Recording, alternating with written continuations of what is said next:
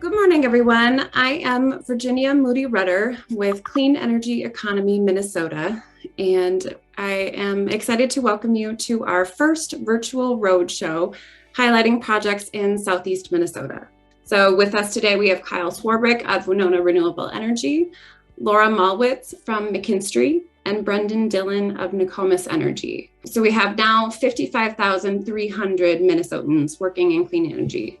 And these jobs are somewhat proportionally across the state. So we have about 40% of those jobs in greater Minnesota and the rest in the metro. And our jobs are rebounding faster. So this is a sector of growth for Minnesota where we're seeing our jobs coming back twice as fast as the overall workforce. And small businesses are really driving this sector. So 71% of the jobs in clean energy are in companies that have fewer than 20 people. This project was designed to cover 100% of their electrical usage. This project came together, the city was making a push or that community was making a push and has been making a push to get into renewable energy because it really offsets the electrical use and in turn helps all the local taxpayers with offsetting the usage for a very important service to them. And this is just more of a satellite view and a few more photos so you can kind of see what we had to identify and work with to make sure that production and shading were not an issue. The name of the game is to get as much solar up there, and we really wanted to offset up to or more than 100 or up to 120% of this facility's usage. And this is a fisheye view of the finished array that's been on for a few years. The city of Crescent, this system is monitored and they provide that on their community website to the public. So something that we often try to do with our partners and our customers is to truly drive greater value out of infrastructure projects. How we educate ourselves, empower ourselves to make energy efficient decisions and investments, execute those projects how we designed them and how we want them to perform ongoing, and then engaging our community in the process.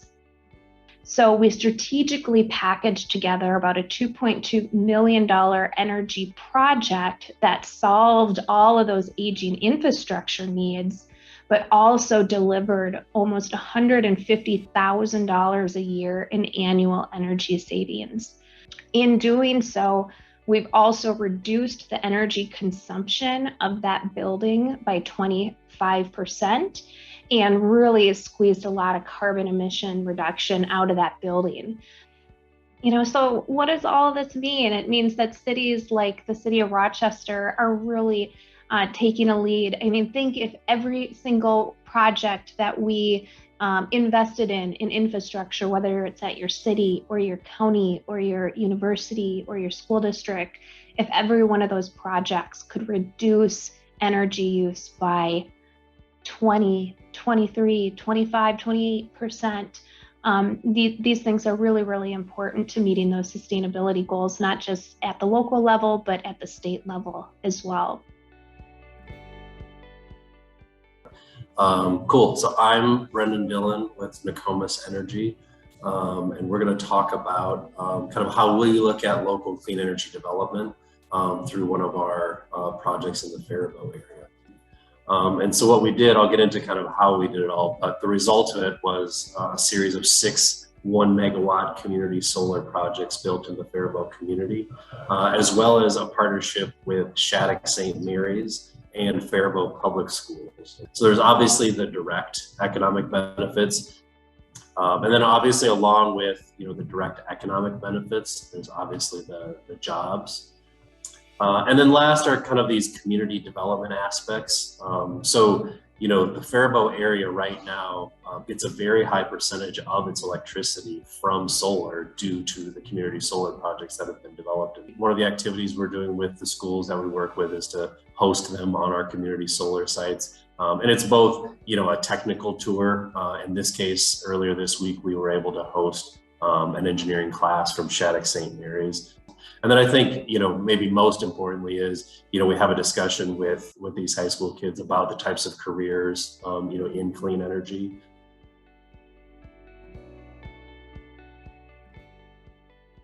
I just think that these opportunities being fueled by the federal government will have a tremendous impact on our business. Yeah, for sure. And I think just to add on that, another element to this is just the duration of time over which they're going to spend this money just gives a lot of certainty to a lot of businesses to know now you can invest in your business, and also for individuals to go and, invest in their education because those careers are going to be there, over the medium term and long term. So anything that can help stimulate, if you will, local economies, it's going to be a win for everybody, especially if clean energy can be part of that. Mm-hmm.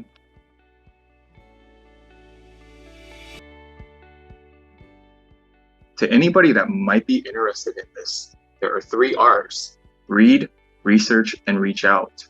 Educate yourself about kind of what's all entailed, and then reach out to local folks like us or Brandon or anybody else in the industry. The more people that are involved on this end of it too, it will just make everything a lot easier down the road, especially when we are looking at more clean energy coming online. And thank you all for coming. We really appreciate it and hope that you enjoyed our presentation.